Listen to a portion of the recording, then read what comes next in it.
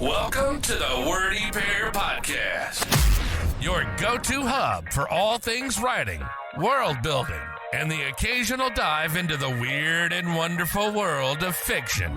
We're breaking down the barriers between you and your next great story. Whether you're a seasoned scribe or just scribbling your first sentences, we've got something for you. We'll be discussing everything from crafting compelling characters to dissecting the good, the bad, and the downright bizarre in the world of fiction.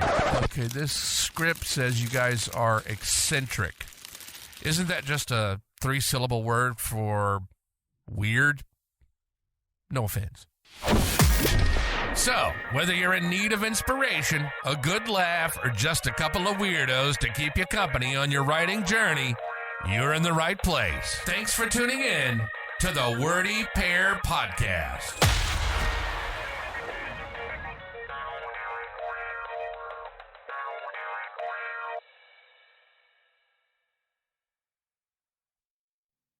All right, hello and welcome everybody. This is the Wordy Pair Podcast, and we lied to you last week because we said we were going to talk about analog horror, and we're going to put that off one more week while we gather some more information.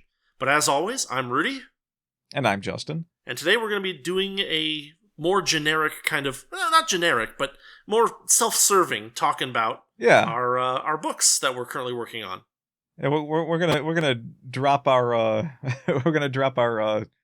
sponsor read, and this episode today is brought to you by us, who has stuff that we write. Should come up with a name for ourselves, like the Wordy Pair. Like well, we already I was have? gonna, yeah, sure, yeah. This episode is sponsored by the Wordy Pair. I was gonna make it a joke as to like you could be Coca and I could be Cola, and we're sponsored by Coca-Cola, but you killed it. I did kill that one pretty quickly, didn't I? I didn't realize you were going for a joke. I actually thought you were. So I thought you were just going to be like, we should have a name for the sponsorship, and I was like, but we already have a name. That wouldn't make any sense.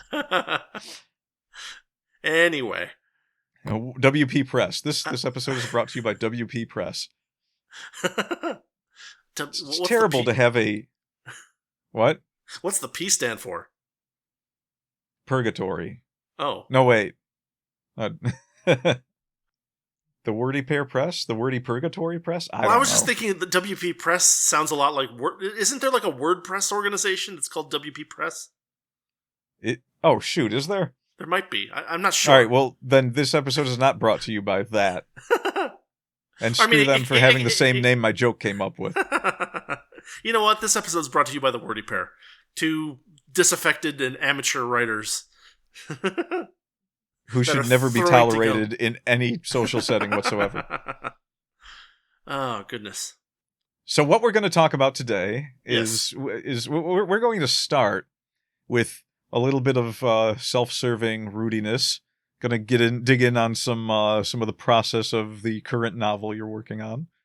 Yeah, so this has been this novel. So my first novella that I wrote back in 2013, in the darkest days of grad school, where I was like, I'm not going to graduate. I need to do something else.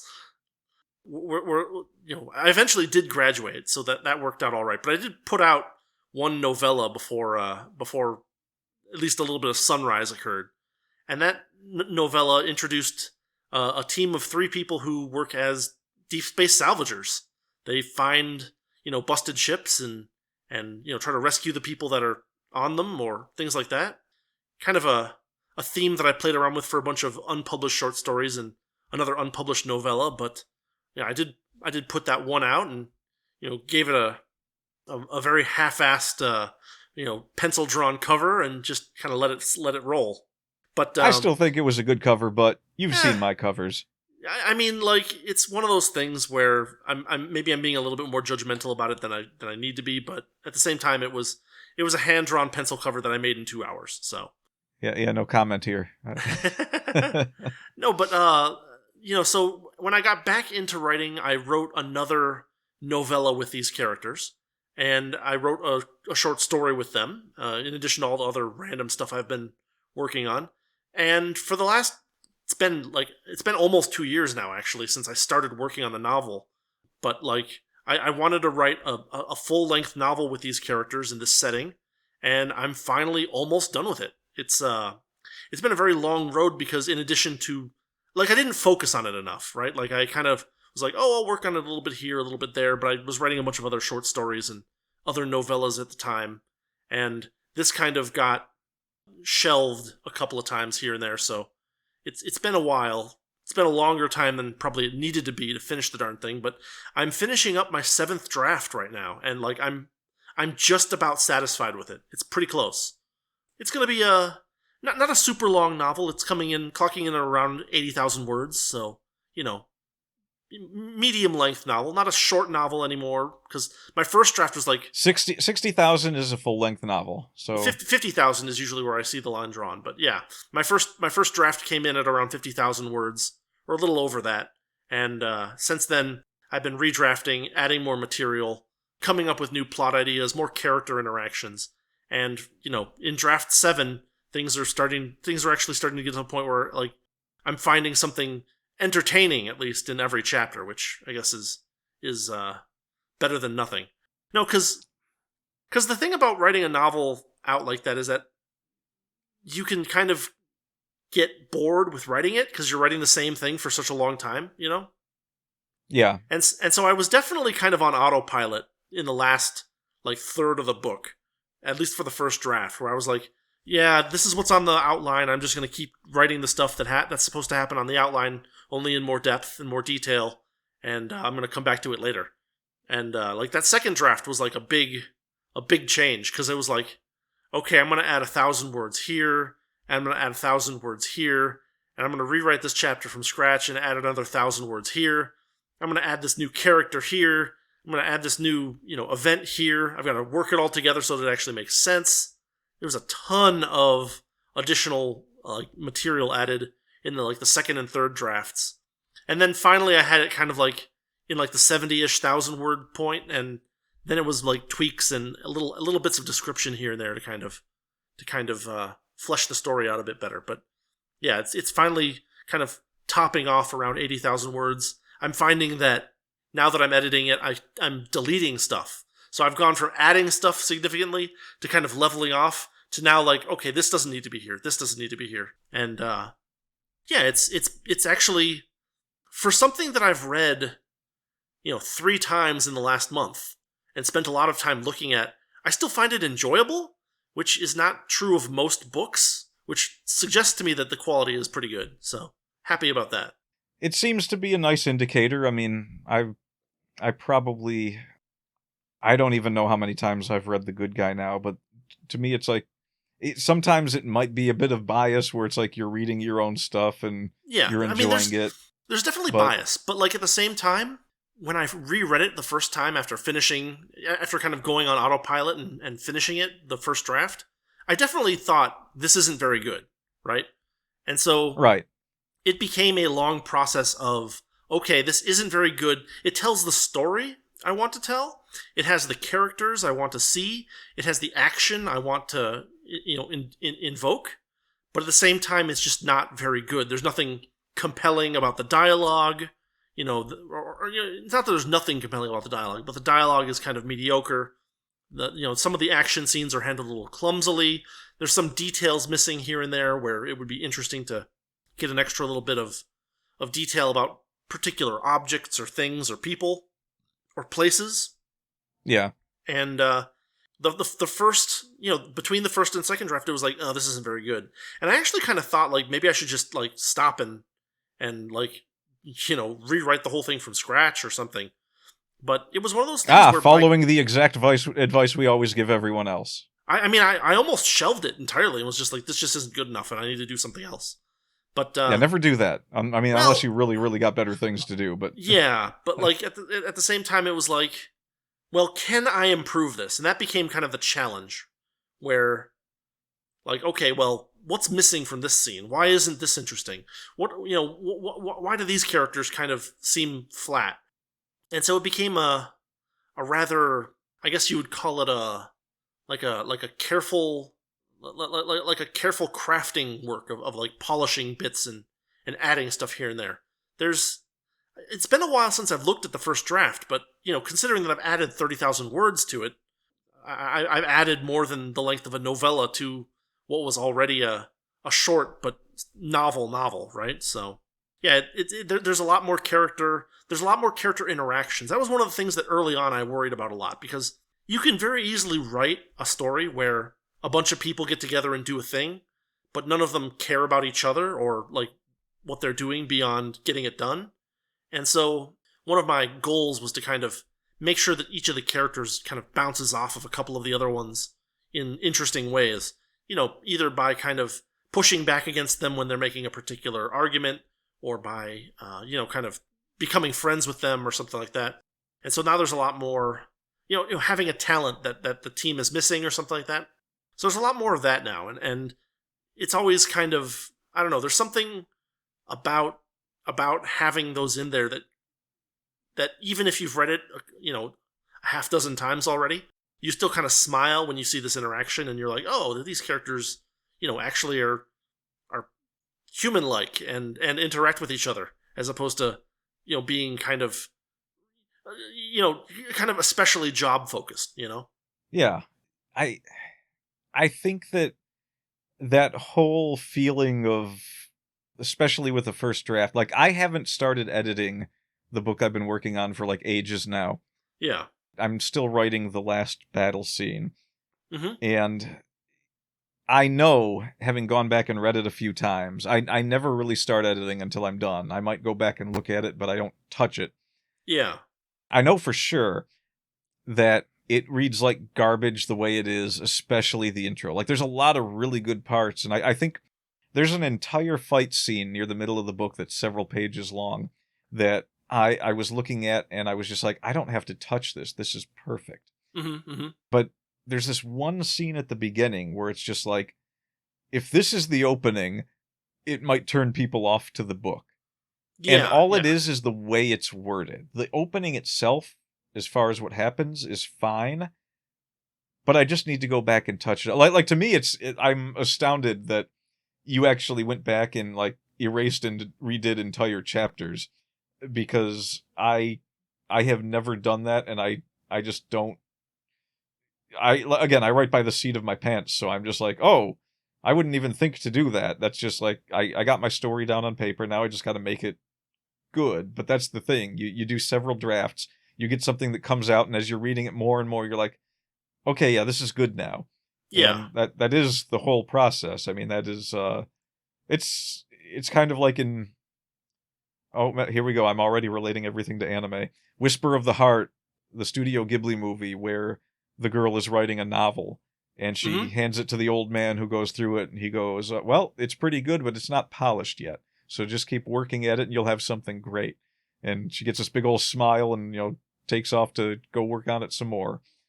But yeah, that's going through the problem points and just picking out what needs to be fixed, doing the editing process, and getting it to where you could sit down and read it 3 times in a row. Generally a good indicator that you got something worth putting out there.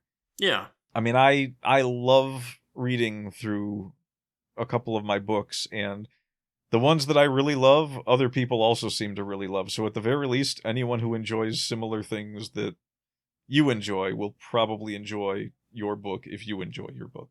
Yeah, I mean, it's that's the hope, right? Is that I've added enough interesting and fun things to it that people will find it, that some group of people will find it compelling. That's kind of the hope. But yeah, I mean, time will tell. I'm kind of hoping that the one thing that I really had trouble with in the last couple of weeks was actually the title, because now that I'm actually really close to the point where I feel like it's ready for release almost, I was like, wait, I don't have a title for this book, like, at all. And so I was like, uh-oh. because all of the it sounds silly, but all of the initial ideas I had for the title were either too long or just sounded awful.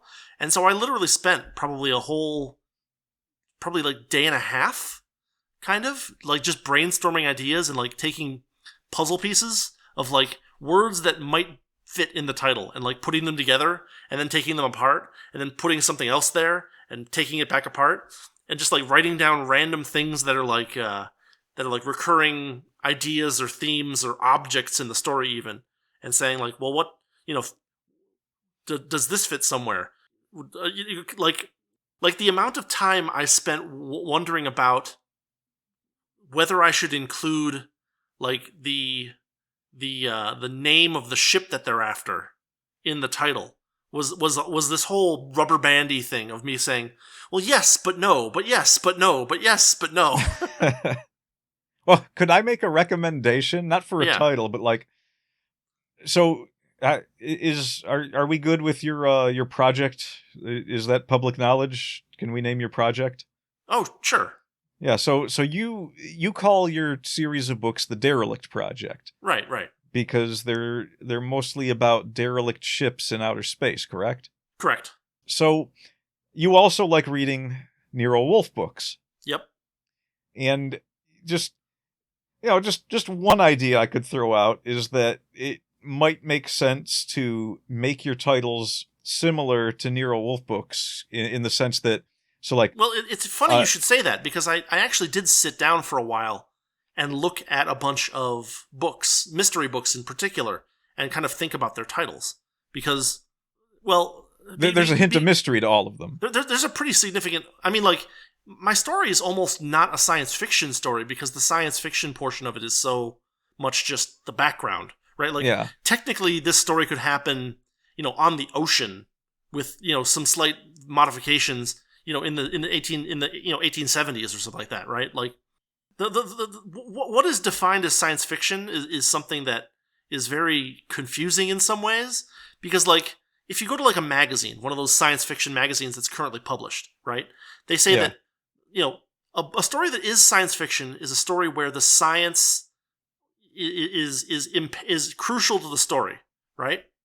Right. And so, like, that's like everything. Well, in a sense. Well, yes and no, right? Because for instance, I just read Isaac Asimov's Foundation, the first of the first three books. Yeah. And that's, by that statement, it's not science fiction, because it's actually a story about an empire collapsing under its own weight, and the people who were under that empire trying to, restore order and sanity to their area, faster than they thought it was possible. Like, like a lot of science fiction, even really popular science fiction, is really it's a human story with some futuristic aspects to it, and like it would be insane to take the book series that was stated to be the best overall all-time science fiction book series of all time by the Hugo Awards back in the 60s when they meant something, and say that, well, it's not science fiction, because if you gave that to Analog today, they'd say, well, the science isn't actually integral to the story, right? If reading Foundation, they never talk about how their faster-than-light transmissions work or anything. They have a few mentions of, like, atomic power, but it's entirely superfluous. You could replace atomic with oil and oil with coal, and you'd get basically the same effect. Minus the planet jumping. Well, the planet jumping could just be jumping from island to island on a regular planet. Right? Like, and I'm not saying that it's not science. I'm not saying that Foundation isn't science fiction. That'd be insane to say. But by the notion of what some of these magazines are like, well, this is the criterion for science fiction, then my story is not science fiction, even though it is deeply a science fiction story with a lot of actual, like, scientific thought going into it, right? Like, I did orbital calculations to get things right in this story, but at its core, it's a combination of a mystery and like a hostage rescue story. It's just funny because like if I gave this to someone who runs one of these science fiction magazines, well, this isn't science fiction. I'm like, well, by your criteria, neither is Foundation, and they'd be like, yes, it is, and then they'd run away. Probably. Well, it's one of those things where if you get too deeply into the classification of a thing, you start to narrow it down to the point where it becomes practically meaningless. Because it becomes absurd sometimes, especially with Yeah. science fiction. yeah, well, like There's so many different interpretations of science fiction that, I mean, a lot of people interpret fantasy as science fiction, and some Yeah. people go the opposite way and have this very small definition of what can be science fiction, as you Yeah. described. and then like then there's people that say that hard science fiction, for instance, is only the hardest of hardest of hardest science fiction. That it's not like a gradient, right? Like Right. I did a YouTube video a while ago about like science fiction stuff, and someone commented like, I don't know if I've ever read any hard science fiction. The only hard science fiction I know of is that one short story by Asimov, and everything else I think isn't hard science fiction. It's like, you realize this is a spectrum, right? Like it's a very weird thing to be like, well, only diamonds are hard. Steel isn't hard. Iron isn't hard. Only diamonds are hard. I wouldn't exactly say that Asimov is like the hardest science fiction I've ever read either. Well, I mean, he did write some hard science fiction, but like I said, Foundation is soft enough that you could even, by today's standards, say it isn't science fiction. It's actually just an empire Space story. fantasy. No, because fantasy is different. Fantasy is where like things get out of hand and go crazy. But what I'm talking about is like the idea of taking an allegory, Yeah. like the fall of the Roman Empire, for instance, and putting that in space, right? Instead of Europe, we're talking about the galaxy. Instead of Rome, we're talking about the planet Trantor. Instead of, you make all these parallels, and you science-ify this story that is really about people and not like the science in particular. Now, even the one thing that is actually talked about quite a bit in Foundation, for instance, which is psychohistory, Yeah. isn't really discussed all that much.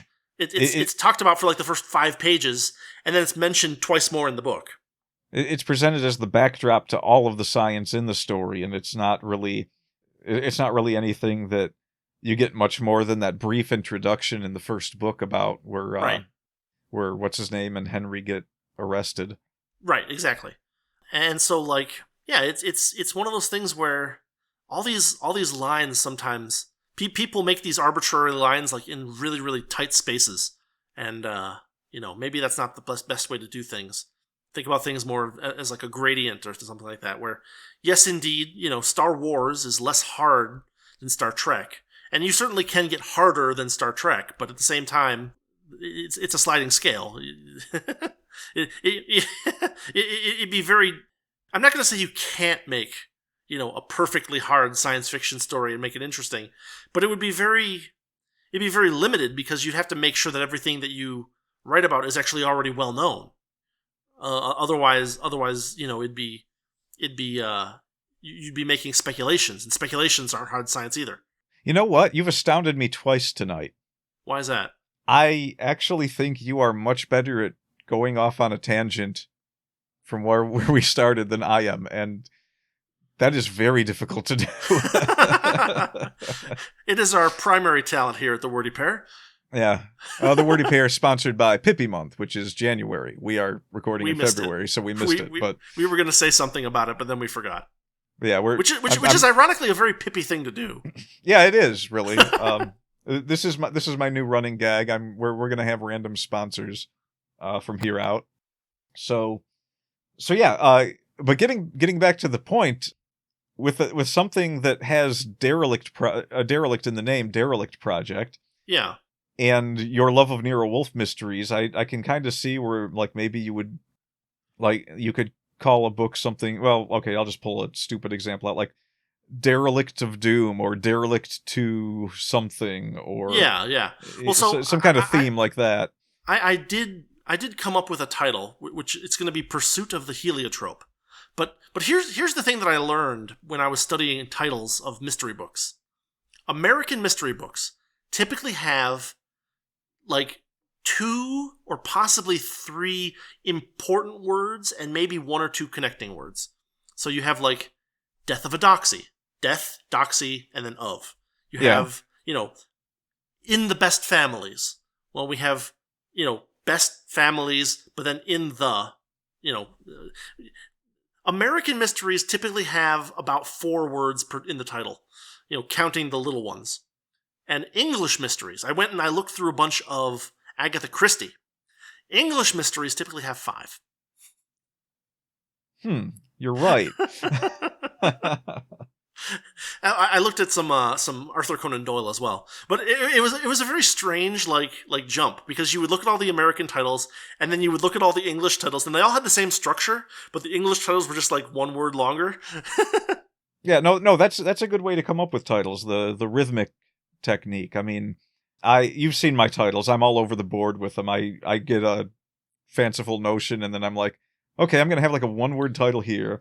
And then I'm going to mimic the Japanese title trope of having way too many words here. Yeah, well, subtitles are a thing these days. People do subtitles, and that's perfectly reasonable. I actually have like a tagline for the story too. So, Is it a hard science fiction novel? No, thank God, no. That awful object book. Good gravy. No, it's I think it's trailing a cryptic message in a faster than light bottle. What is that a title? That's the subtitle, or the okay. tagline. Yeah. So we got a pretty good idea of where our mystery comes from then. Yeah. Well, like that happens in the first chapter. So like they find this empty lifeboat, and the investigation starts from there. So there's a certain amount of like teaser or spoiler that you can put into the title without overdoing it, kind of thing. Like, you don't want to spoil major plot points in the title, generally speaking. Right.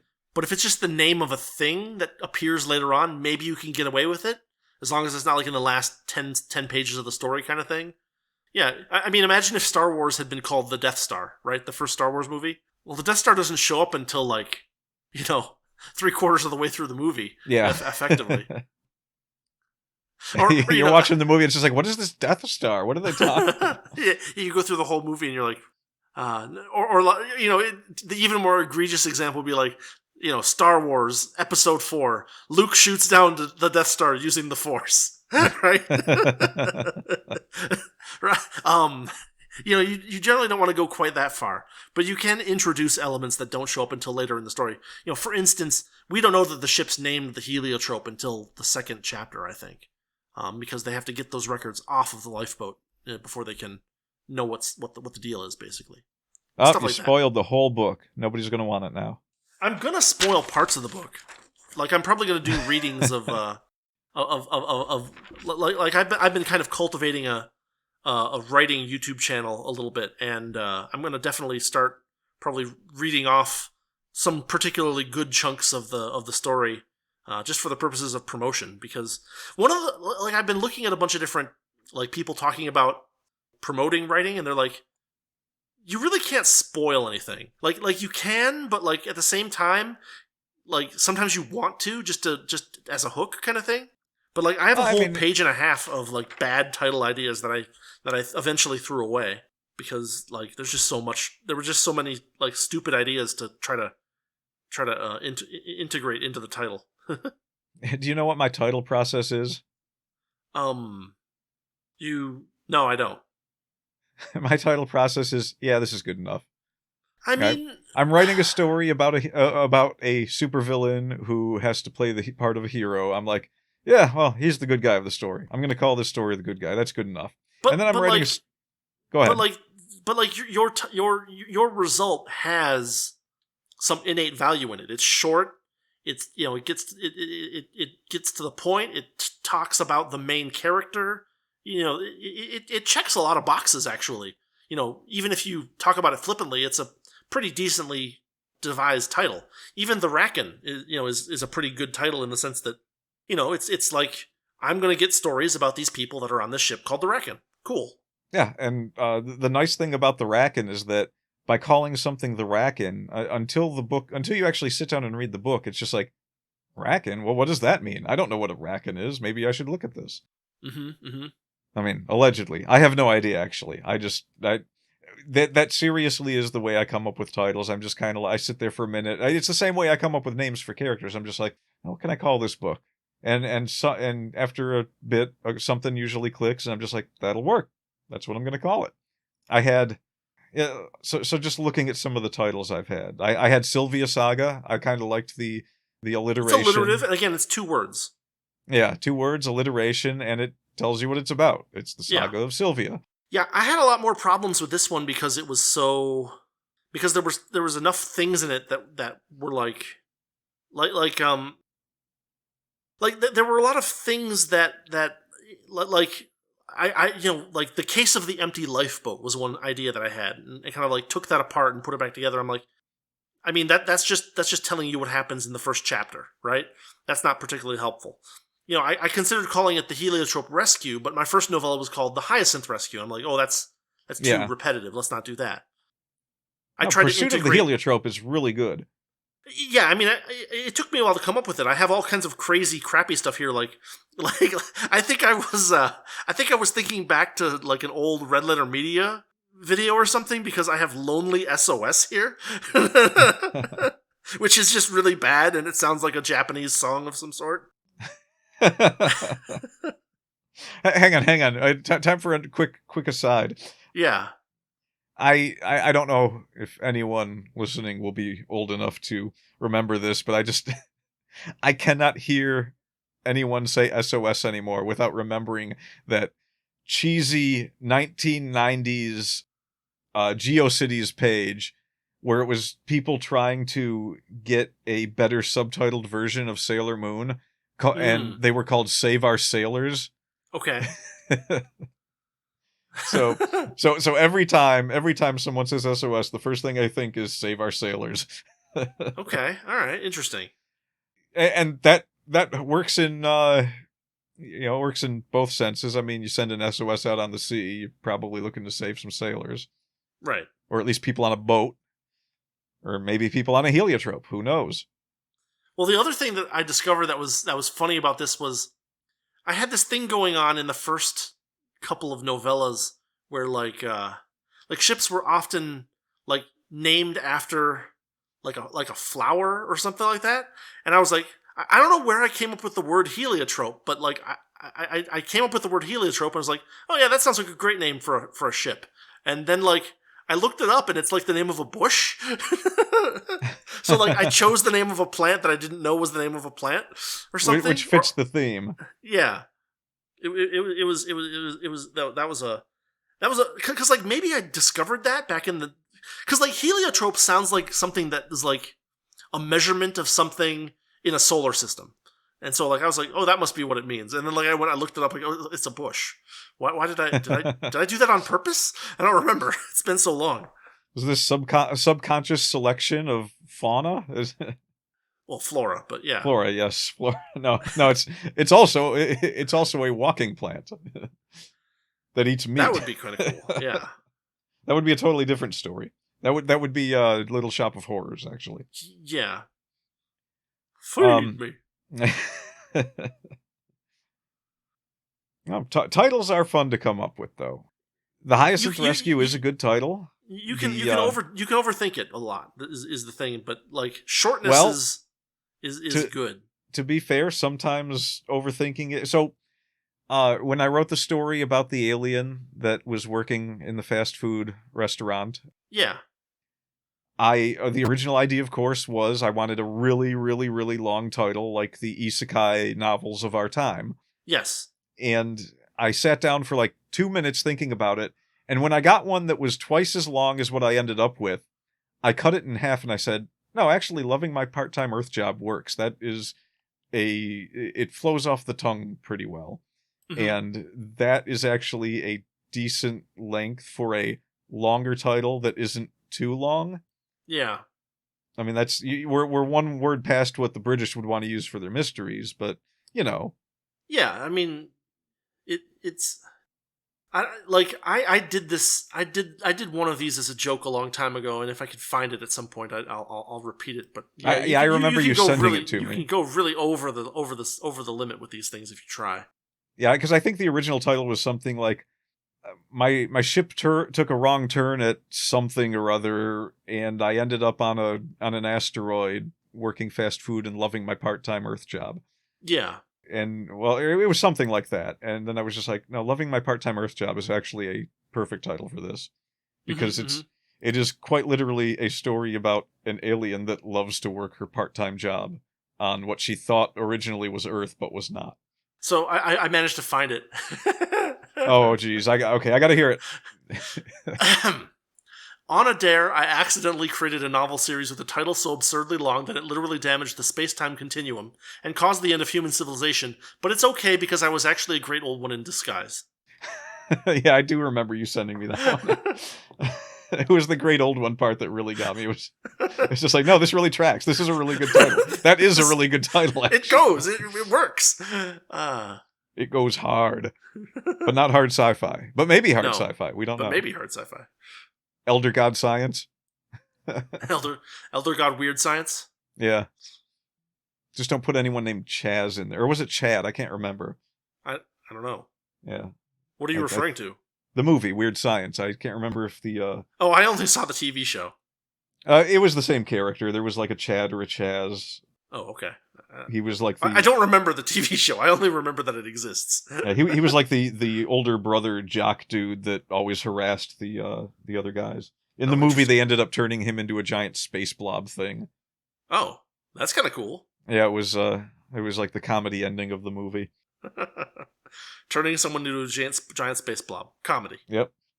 So... Little Kafkaesque for a comedy, but sure, we'll go with it. Well, I don't remember exactly what happened, but I know he was like they had forgotten that they turned him into that, and so he was like, guys, come on, what's going on here? From the moment I saw the weakness of my flesh, it disgusted me. The comedy.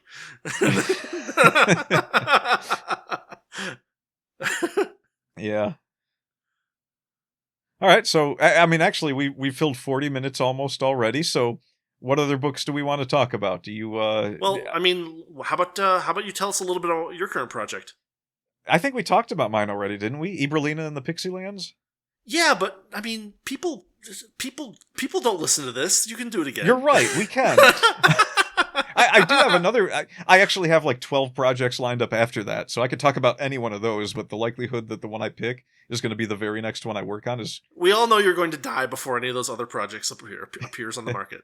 Well, no. So I kind of made up my mind that I want to do more novels and not as many short stories. So I'm going to relegate my short story writing to like writing them for the sole purpose of doing audio versions for YouTube. Okay. And maybe putting the actual text up on Substack or something. Sure. But yeah, so the current project it's almost done, but it has been almost done for like a year, and I just haven't been working on it because I keep writing short stories instead. Mm-hmm. And yeah, that's Ibralina and the Pixie Lands. It's kind of a soft sequel to The Good Guy.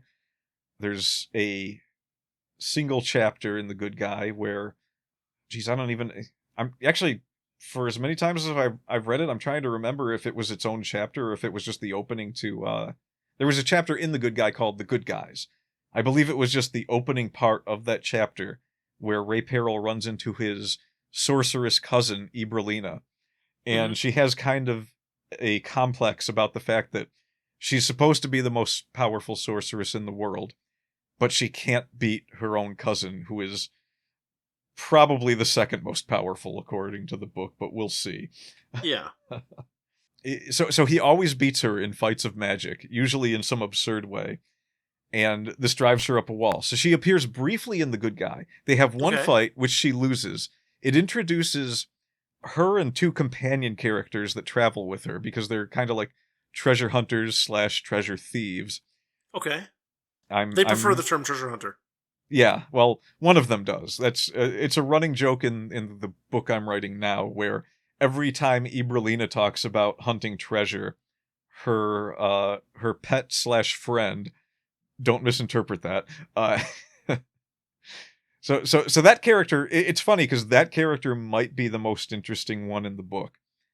She's a chupacabra, which in this story is a type of creature that is an offshoot of vampires, but not undead. Okay. They also drink blood, but they find human blood filthy, and they're kind of lazy creatures meant to live in jungles. So they sort of just... You might find them on the back of a cow just chilling and teeth deep in the neck of the cow, which doesn't really bother the cow for some reason. Okay. But they just kind of lays there and don't really do much. And since they're such lazy creatures, they're a little bit smaller than a human. So like Ibralina herself is, she's a short girl. She's really very, very like 90% based off of Lena Inverse. Mm-hmm. Mm-hmm. In a lot of respects. And Gabriella is a little bit shorter than her. That's the Chupacabra's name is Gabriella Madness. And I can give you the whole backstory for her because it's not that important. But essentially, it was just a Chupacabra that Ibralina captured, kept as a pet for a while, and eventually they became friends. And Ibralina taught her how to do magic. So Ibralina is a sorceress. Gabriella is an enchantress. And it's quite possible that while she's not anywhere near as powerful as Ibralina, Gabriella might be more knowledgeable about magic than Ibralina is. In fact, Ibralina throughout the story is often asking her, questions that pertaining to ancient magic and things. Gabriella is always carrying a book and a staff with her. She hugs her books closely. She's very protective of them. That's where she grows all of her spells. Mm-hmm. She has weird, very weird character quirks, such as Ibralina kind of has this pouch that she calls an entombing satchel. And it's pretty much, if you ever saw the Legend of Zelda cartoon from the 80s. Yeah. The pouch that Link had that he could stuff anything in. Mm-hmm. Mm-hmm. Same concept. And for some reason, the fact that it can hold things that it shouldn't be able to hold to an excessive degree disturbs Gabriella, and so she doesn't like watching Ibralina pull things out of the pouch. Okay. She wants nothing to do with it. So just like weird character quirks like that. She has a lot of them. Sure. That helps. Like we talked about this in our Alien video or podcast a long time ago, where like if you really break down how much character development you need to make a character feel fleshed out, it's not that much. Like a few quirks and a couple of interactions is often enough to give you the feel of a pretty well fleshed out character, as long as, their action is not like super integral in a deep way to the plot. You know what I mean? Yeah, yeah. And it's not really, I mean, every once in a while you find a good way to use the quirks that you gave a character to make something integral to the plot work. Yeah, exactly. But it's just that extra length that you go to make a character fun to read. Mm-hmm, mm-hmm. And that's why I say this might be the most, she might be the best developed character in the book, just because we know a little bit about Ibralina already, and I have to keep some of the mystery with her because there's a lot going on in the story that I really don't like to give away right away. Sure.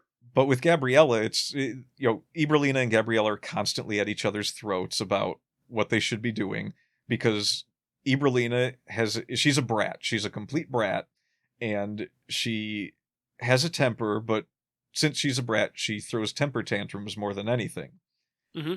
There's a touch of Granny Weatherwax to her, where she doesn't like it when people interfere with her personal business, and so she might go a little overboard with reacting to it. Okay. And she has two companions, one of which is a chupacabra. So the chupacabras, like I said, they're kind of like jungle-ish creatures, but they're not like you would think the chupacabras are, like you read about in what do they call it? Is it cryptozoology? Yeah. Yeah, so the cryptozoology chupacabras are usually dog or lizard-like creatures. Right. And well, they're not jungle creatures either. They live in like the Central America. Yeah.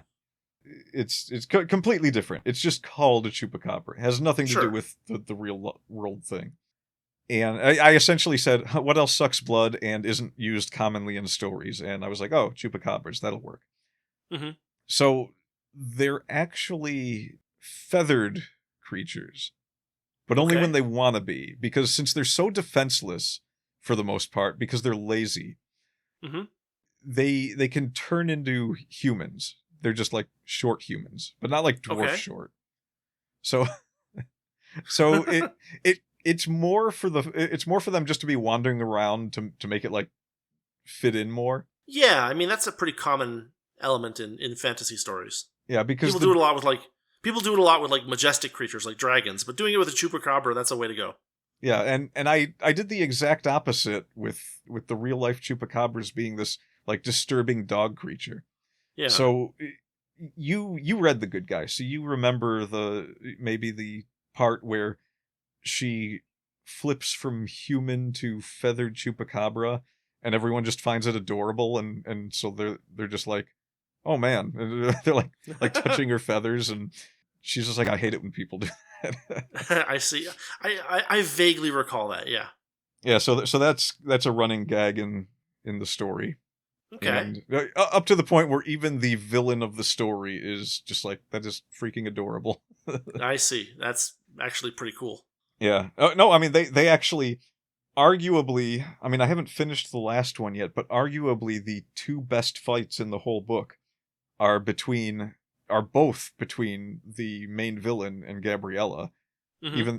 Even though it's like, we're building up to the face-off between the witch and Ibralina. Yeah. There was this one moment where I wanted to have Wait, that moment where the main villain is called the Witch. She's Yarpsy, the Bone Witch. No, but hold on. I'm thinking here. Okay, so Gabriella is very like adorable or something when she goes full chupacabra. Yes. Could she have a nickname like the Wardrobe? Oh, geez, is there any way I can make that joke? I don't know if there is or not, but it's just an idea that I had. I mean, the third character in their group was Hazrid Chupacabra, no relation. Uh-huh. Yeah. And he could easily be the lion of the Witch in the Wardrobe, because Okay. he's the muscle. Yeah, so the whole story is pretty much about at the end of The Good Guy. Mm-hmm. I had a couple of brief scenes with the other characters that didn't matter much in the story. And in Ibralina's scene, her and Hazrid and Gabriella were quote unquote hunting treasure in the tombs beneath Galenia. Okay. Is Galenia a city or a Well, Galenia was the city at the end of the book. Okay. And they found a book. Gabriella found a book and opened the book. And Ibralina immediately yelled at her, like, you seriously didn't detect the magic, like telling you to open the book. And she's like, yeah, well, kinda. I still wanted to open it. Look, these are two different things, and they both told me to do the same thing. Yeah. and so they ended up trapped in the Pixie Lands, which is why it's called Ibralina and the Pixie Lands. Yeah. And that's how the book opens. They fall out of the sky, they're in the Pixie Lands, a bunch of little, like, gnome creatures capture them and tie them up in a very Gulliver's Travels kind of way. Yeah. And the book literally opens with a hint of violence as Gabriella is sitting there looking back and forth between these creatures and between Ibralina, and just like, oh boy, this isn't gonna end well. I like the fact that you called them gnome-like creatures when it's like the Pixie Lands. It'd be very funny if it was like, these are the Pixie Lands. Oh, well, where can we find the pixies? Oh, they're extinct. So, without spoiling too much, you might have spoiled a little. I don't know anything about the story. They're not extinct yet.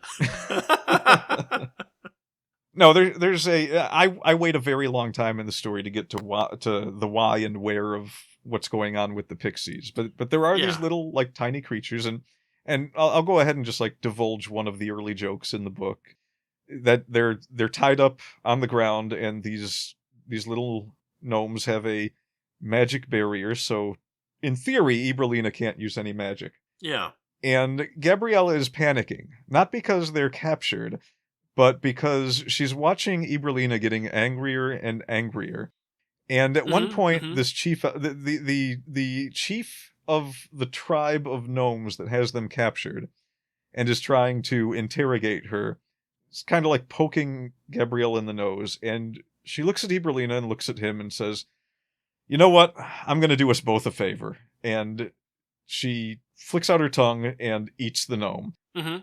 Which, of course, she immediately spits out and says, oh my god, you things are putrid. Yeah. It's all just, setting up for this kind of joke. And this kind of joke where it starts the whole Gabriella process of she has these weird quirks. She says she prefers raw meat, but she always ends up eating the cooked meat with Iberlina and Hazred. Mm-hmm, mm-hmm. Jokes like that. But anyway, that's kind of it. It's just like, I'm going to do us both a favor and eat you.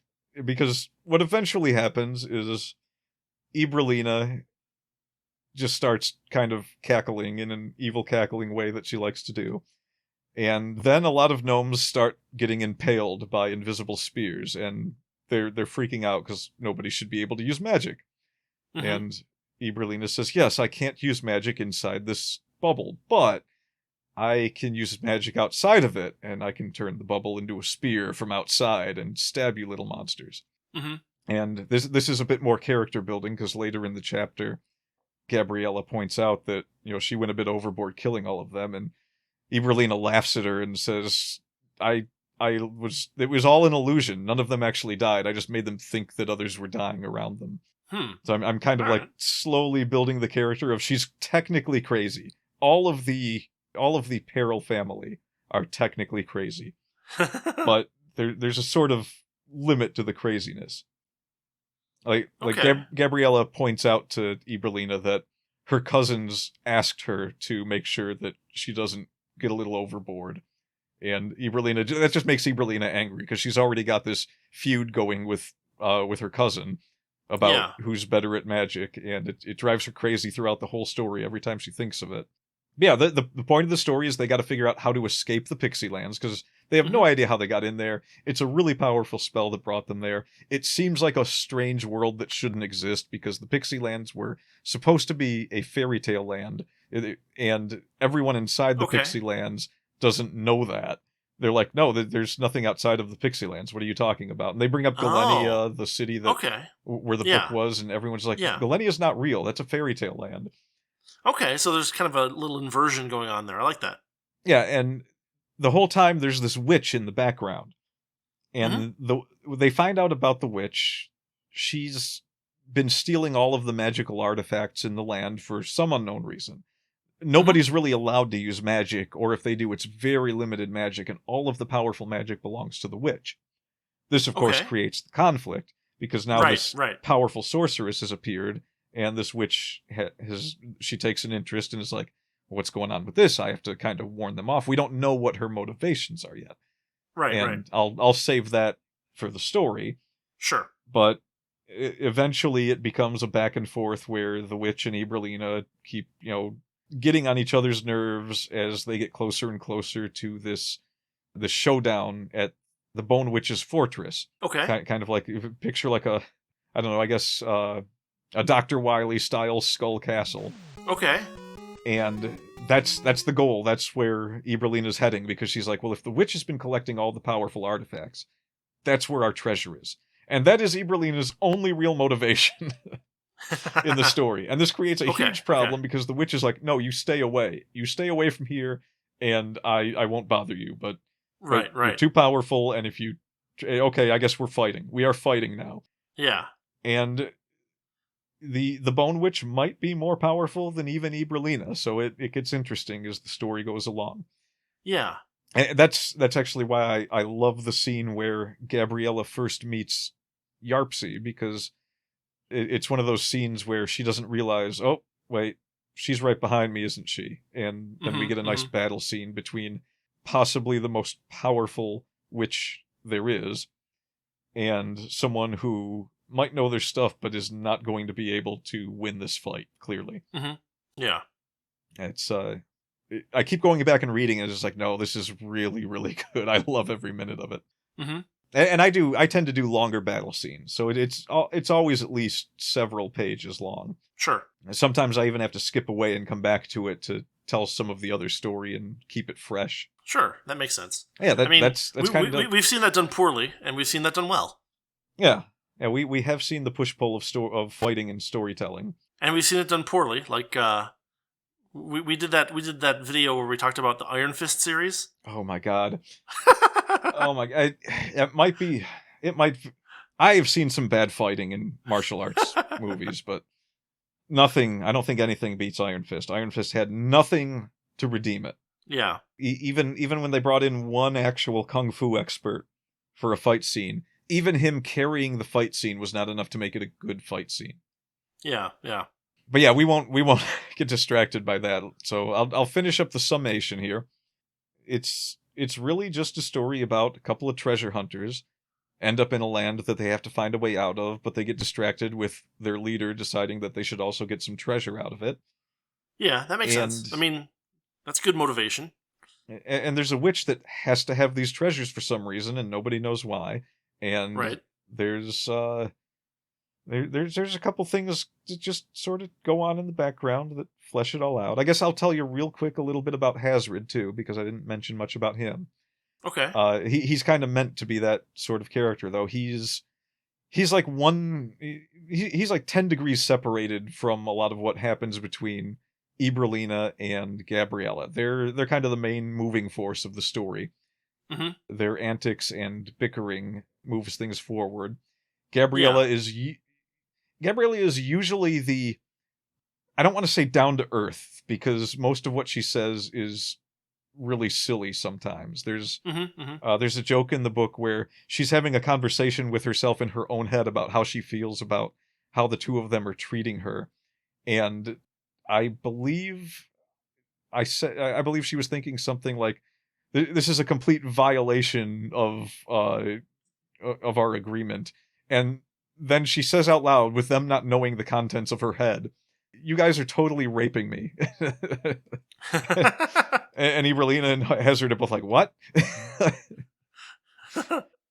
Everything stops. Record scratch. Yeah, and I use her for a lot of the comic effect. I did a scene where there's a fish. You get the fish's perspective sneaking up on the characters, and then it jumps back to Gabriella's perspective, and she dunks her head underwater, and there's like this struggle, and Ibralina watches her as she backs out. Like you ever see, you've got like a dog pulling on a toy, and it's like kicking its legs out, backing away, pulling. Yeah.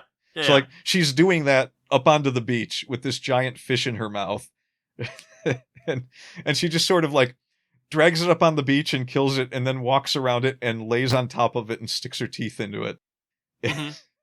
It's just a lot of comedy moments like that where Ibralina is just like, well, I mean, we can cook it. I'm sure it's fine. She's probably not hurting it by laying all filthy on top of it. And then they go back and forth like that. Like the things that Ibralina finds filthy, Gabriella does not. But then the things that Gabriella finds filthy, Ibralina does not. So like Gabriella, when she's a chupacabra, is perfectly fine with having no clothes on because she's covered with feathers, but she considers it naked. But then she always covers herself up when she turns human, and she hates taking a bath near Ibralina when she's they're like bathing in a lake, and she's like she just hates the look of the naked human body. She's disgusted by it. So she's got all these weird quirks that just make her a pain to travel with. She's incredibly lazy, and she's always wanting to take naps, and she's complaining the whole time they're traveling. A couple of times throughout the story, Hazred there will either be a joke about her asking Hazred to carry her stuff, and he just ignores her, or in order to speed things up, Hazred will pick up her stuff and her while she's still sleeping and just carry her over his shoulder. Okay. Because Hazred is like a 7.5-foot elf that has a few interesting things that you learn towards the end of the book that essentially explain why he's able to perform the incredible feats of strength that he does. Okay. You read The Good Guy. He has that scene where he breaks down that wall with his sword. Yeah. And elves in these stories, they're not particularly... It's not that they're good at magic, it's that magic is just like... The essences of it come easy to them. So it's hard to fight an elf with magic. And there's a short little backdrop to how he met Ibralina. He was guarding a magical knife, and then Ibralina showed up and wanted it, and so they fought, and Ibralina won, and so he's like, all right, well, I'm just going to travel with you then. And yeah, they did that. Okay. And it like, as the story goes on, you keep learning very little details about Hazred as a character. They're seriously like, you get one tidbit here, And then like Mm-hmm. several chapters later, you get another little tidbit, and it keeps making it more and more obvious, like he's way different than how he appears in the story, because he's just kind of following along and occasionally adding to the humor, because Yeah. he has a very clear-cut way of looking at things. And his particular interest is he wants to find things that he can have a good fight with. A very like Shonen Jump almost character. Yeah. But not like to the extent that he rushes into battle like an idiot. He might be the smartest of the three and just doesn't talk much. Okay. So some of the tidbits you get, like Ibralina will make a comment about, like, well, that's why you don't have a girlfriend, Hazard. And then Hazard will give her some offhand remark like, how did I word it? Man, I really wish I'd have prepared this one because it's a good line. But he says something You're about... at your computer, bring it up. Okay, cut out the silence. Yeah, we can cut out the silence. I'll dig it up real quick.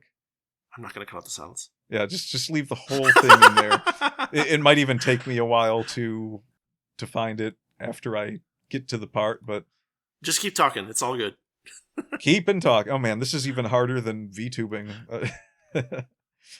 What do I say? I'm too busy doing things with hands.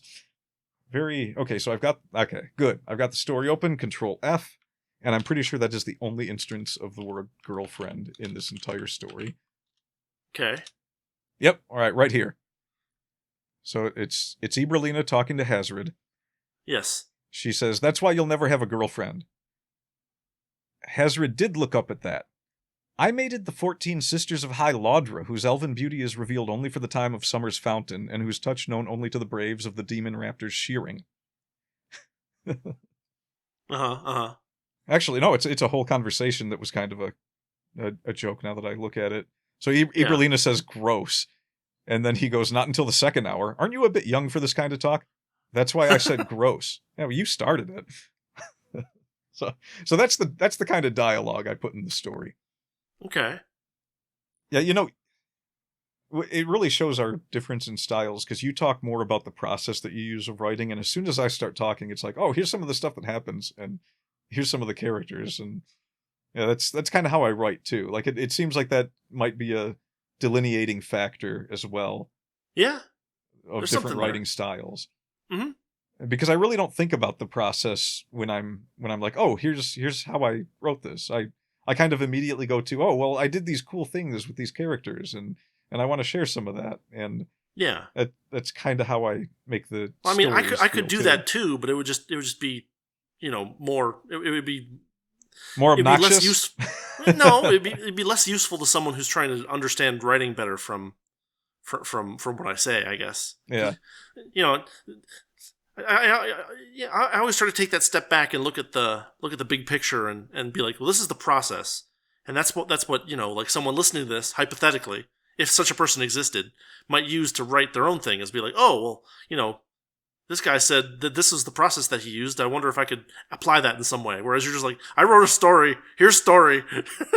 Well, I mean, so I would not be able to describe my process. So I've given you all of these things. I can tell you my process now, and it becomes pretty obvious how I sit down and write when I do that. Yeah. If you were going to teach someone to do it that way, there's not much to look at. It's just, yeah, so I have this idea and I put it in the story, and then as I'm going along, these character traits come up, such as Hazard being more mature than the other two, and so when one of them makes an offhand remark, takes a jab at him, he has a response to that, right? That is based in reality, and then that leads into the next joke, right? Where she calls it gross, and if when she's the one who started the conversation in the first place, yeah, and if you just let it develop that way, you think about everything the characters might do as you're writing, you'll come to these conclusions. You'll sit there and say, okay, they're sitting around a fire having a snack.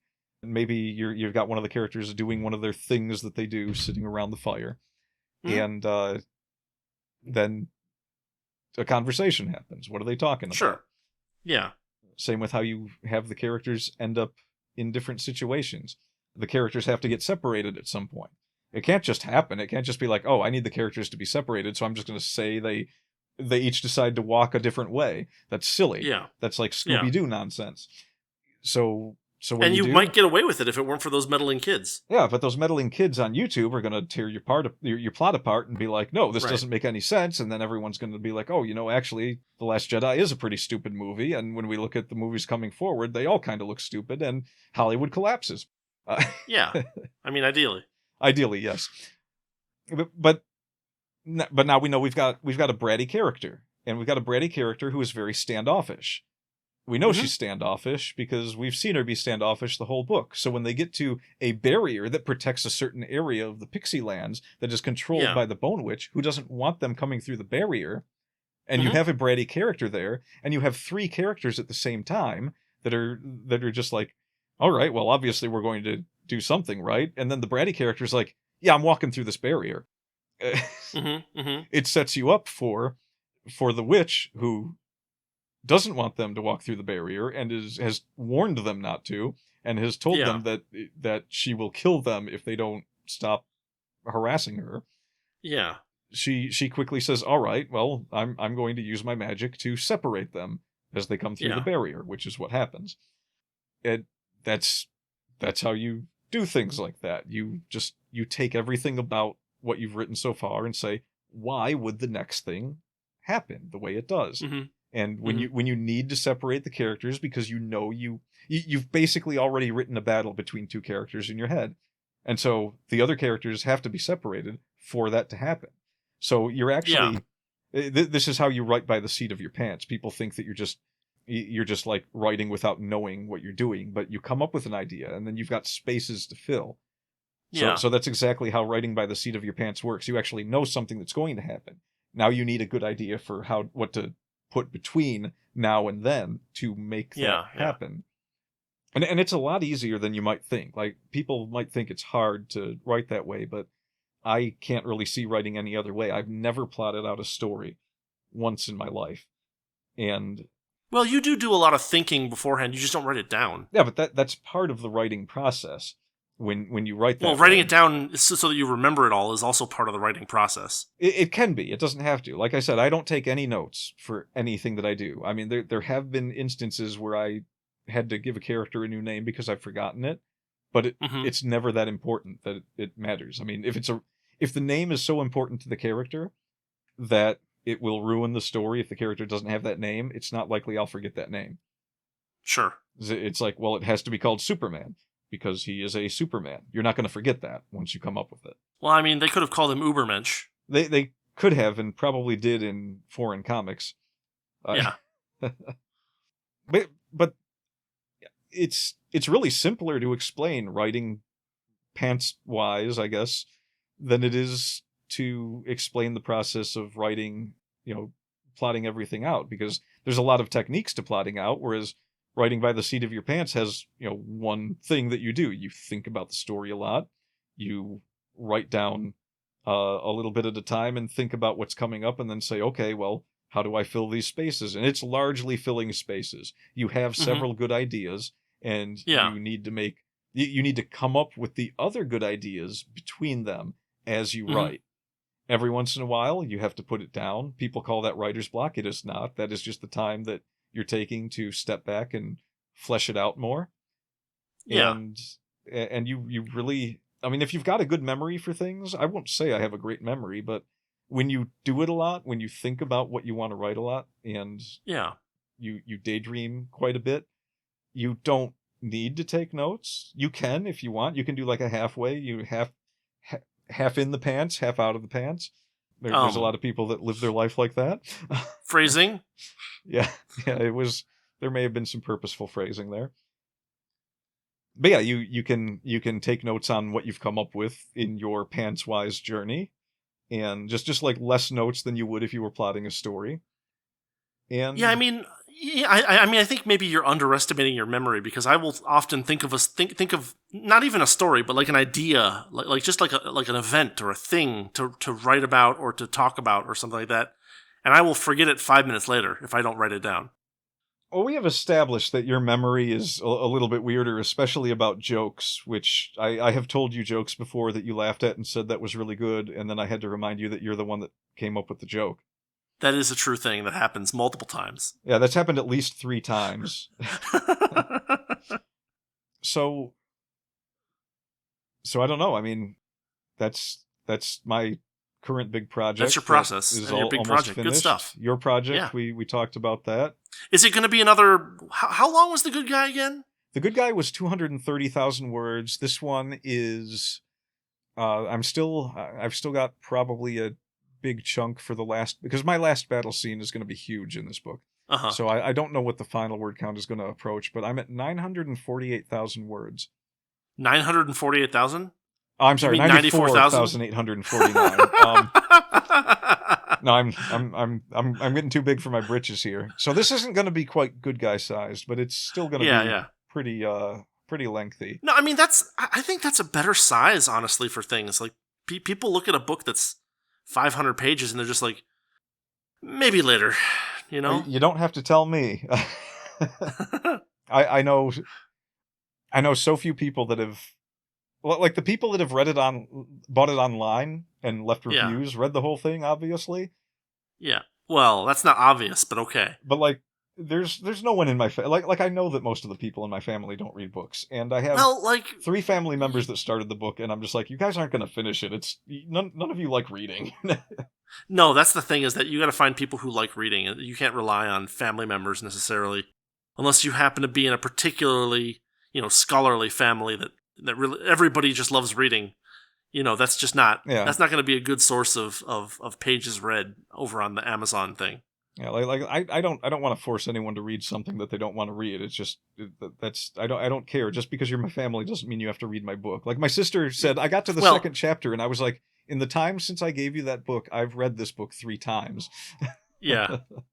I mean, handing someone a 230,000 page book or 230,000 word book and being like, this is the thing I wrote, would you read it? And it'd be like, sure. You can't track whether or not I've read it, have you? And you'd be like, yes, I can. They'd be like, oh, damn it. Yeah, I mean, I have to make an audiobook version of it because my brother really needs to read it because I have him draw a lot of stuff. And I'm like, you just need to read at least some of he doesn't read books. Yeah. And so I haven't been able to get him to read. Like, the one person that like really should read it to get a good idea of the things I want him to draw. Yeah. He's not going to read it. So I'm going to put together an audiobook version and I'll send that his way. It's entirely possible I may end up putting The Good Guy, all of it, on YouTube for free at some point. It's I mean it's what, 7 years old now? Yeah. And it's been out long enough, and I mean, nobody really buys books that big, and you're never going to see something like that topping the Amazon charts. So, well, you could republish it in like multiple volumes or something.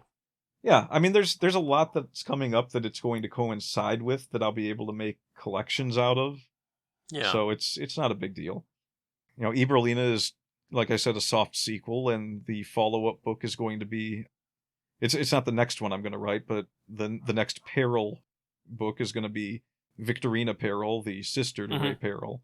Yeah. That's going to be a fun one because, it's briefly mentioned in The Good Guy that she was a pirate queen, and she's going to, at the end of The Good Guy, she kind of finds a spaceship, and so there's going to be some piracy fiasco in space. Okay, well, that sounds good. It'll be probably, I mean, I don't really know what order I'm going to write all of this in. It's just like, whichever one I start next will be the next one. Because I have a lot of books that are on the docket. I want to write my Ninja Mouse book, a little bit of a kind of an homage to the 1990s Ninja Turtle craze. I've always wanted to have like an animal style character. Yeah. And it's not just Ninja Turtles that caused it to be ninja. I mean, I actually trained as a ninja for something like 25 years. So that's a big part of what I love. And I've only got, I think, 2 or 3 ninja characters out of the 1,600 characters in my stories. So I haven't done them enough justice. Yeah, right. Well, ninjas often don't get a lot of justice. No, they really don't. And that's, I mean, I could name off, the next 20 projects I'm working on all night, and we wouldn't get anywhere. This is not useful information. Not at this point, no. I mean, you probably need to finish the one book first. Yeah. It's. I mean, it's probably... let's think about it this way. You've been working on this one for how long? Oh, since I published The Good Guy, so So, like, what, 7 years, 8 years? yeah, and that's way And too. so, book number 3 will be, another 7 or 8 years out. We'll have, approximately 350 episodes of the Wordy Pair in that interim. So, Well, we'll there's find going to the be a time. lot less short stories, so I'm not going to get distracted anymore. But there's a couple that will happen. I do want to do the book where Eberlina accidentally turns Victorina back into a teenager, and Eberlina Mhm. nearly kills her over that, and they have to go on an adventure to change her back. Okay. That's going to be like a really short one, kind of like that Good Guy spin-off where Silence and Erzgelda go to another planet and meet new vampires. Right. Yeah, that's Good stuff. that's what's coming up. What do you have? That's what's a brewing. Do you have anything planned out for after the Heliotrope book? Not fiction-wise. Not sure. I might actually go over into nonfiction and write a book or two there. Because those might be a little bit faster.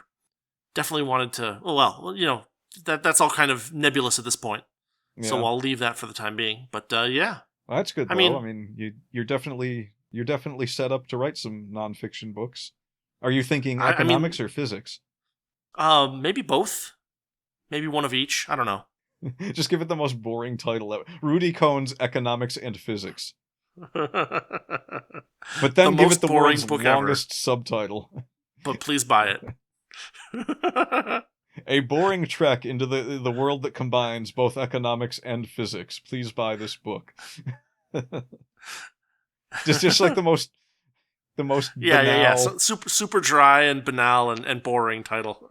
And then like a subtitle that's like even worse. Yeah. I don't know. And then at the very end, I'll think of something. the very end, just put a colon and a hard science fiction novel. It's just like a guy in a spacesuit that decides to sit down and write a book. All right. Where can people go to find your books? Me? I mean, my stuff's up on Amazon, and I mean, it's not out yet. So, but like my novellas are over on Amazon, and most of that stuff's over on. I mean, you can get it at Barnes and Noble and stuff too. Just the same, electronic book stuff. I actually put out a couple of paperback versions over on Amazon, which was kind of a fun experience to try out. Yeah, it's a real treat. Did you go with matte covers or glossy covers? I went with glossy covers, I think. I hate to say it, but I just think Amazon doesn't know how to run book covers off well enough to do glossy. Glossy is superior, but the matte. I mean, I did. I got 5 copies of the Chasm of Color in paperback, and they look all right. So, I mean, it could just be a buy lot thing or something, or you just had a bad day. It could also be that I had a really large print size, and they might just have. Oh, there was that too, because your books, they can't ship them well. Well, no, so we went over this in one of the episodes where I could clearly see the roller marks from the press. Right. Because I recognize them because I used to work on a printing press. Sure. And no, but like you can adjust. Like I'm just thinking. Yeah, well, yeah, go ahead. No, but I'm thinking about the copies of your books that you gave me, and like they were clumsy things to get onto an airport, to get into an airport. You know what I mean? Like yeah, like I think I had one of them on a seat in the car, and I had to when I came to a stop, the thing had so much momentum considering what a huge chunker of a book it was that it flew forward and like landed on something spiky and scarred the cover already, and I'm like, oh god damn it. I mean, I could send you another one. No, I you got don't need lots to do of that, them. But it's just, I remember the look on your face when I handed them to you. You were just like, oh, Yeah. wow. Yeah, I mean, it did give me like a feeling for how I needed to like make fonts smaller when I was bookifying some of my other ebook stuff. Yeah, But because that's I maybe a left tale them for another day. I left them at 12-point font, and the book is just huge, and I'm just like, I thought it was the right thing to do because I didn't want it to be a struggle to read. But once I got them, it's Right. like I am going to change the print size of them, but I tried to do smaller book sizes at, I think it was 12-point. It might have been 11. I'm pretty sure it was 12 though. Yeah. I couldn't. They wouldn't actually print a smaller size with that many pages, so I have to reduce the font size to get a Yeah. smaller number of pages. so that they can actually run them off the printing press. Right. Yeah, there are limitations to what book cover bindings can do and stuff like that, and yeah, playing around with that is part of the fun. But yeah, I mean, I think we've got a pretty solid episode here. Surprisingly. Well, before we go, yeah. So everything of yours is on Amazon, pretty much. I think so. Yeah, everything that I've, I mean, either there or over on my blog. All right, throw out a couple of titles that we probably might not have mentioned yet.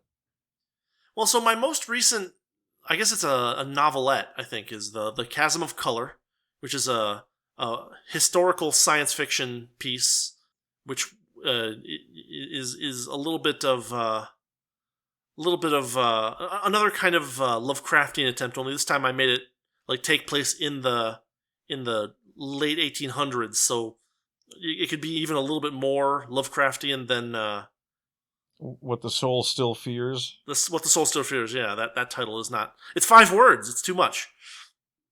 But unless I start adding "use" to the word color, it's too much.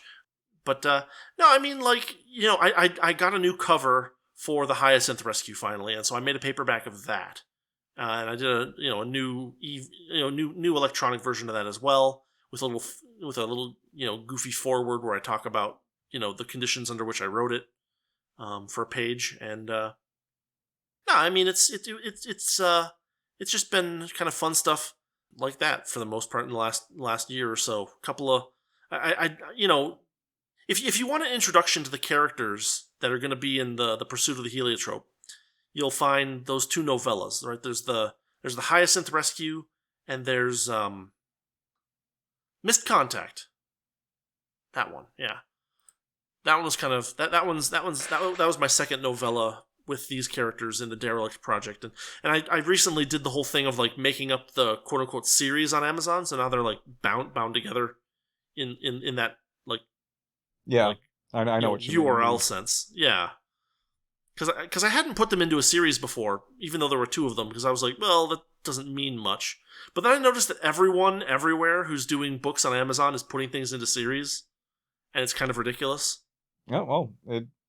So maybe it does something. Maybe it does something algorithmically. People do like to know when there's, nobody wants to have to hunt for if there's the same characters in new stories a lot of times, right, so right. that does point. make sense. Yeah.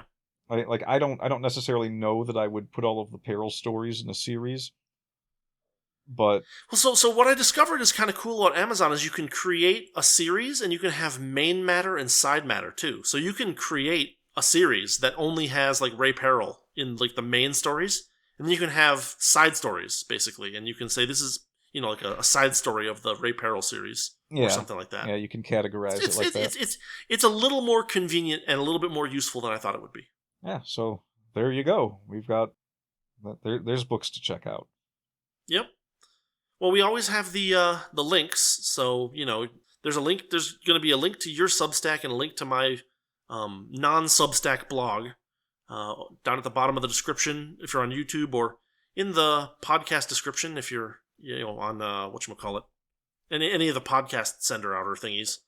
And yeah, you can find more stuff from us there. If you feel like it. No one's going to listen to this. Literally a gun to your head. Do it.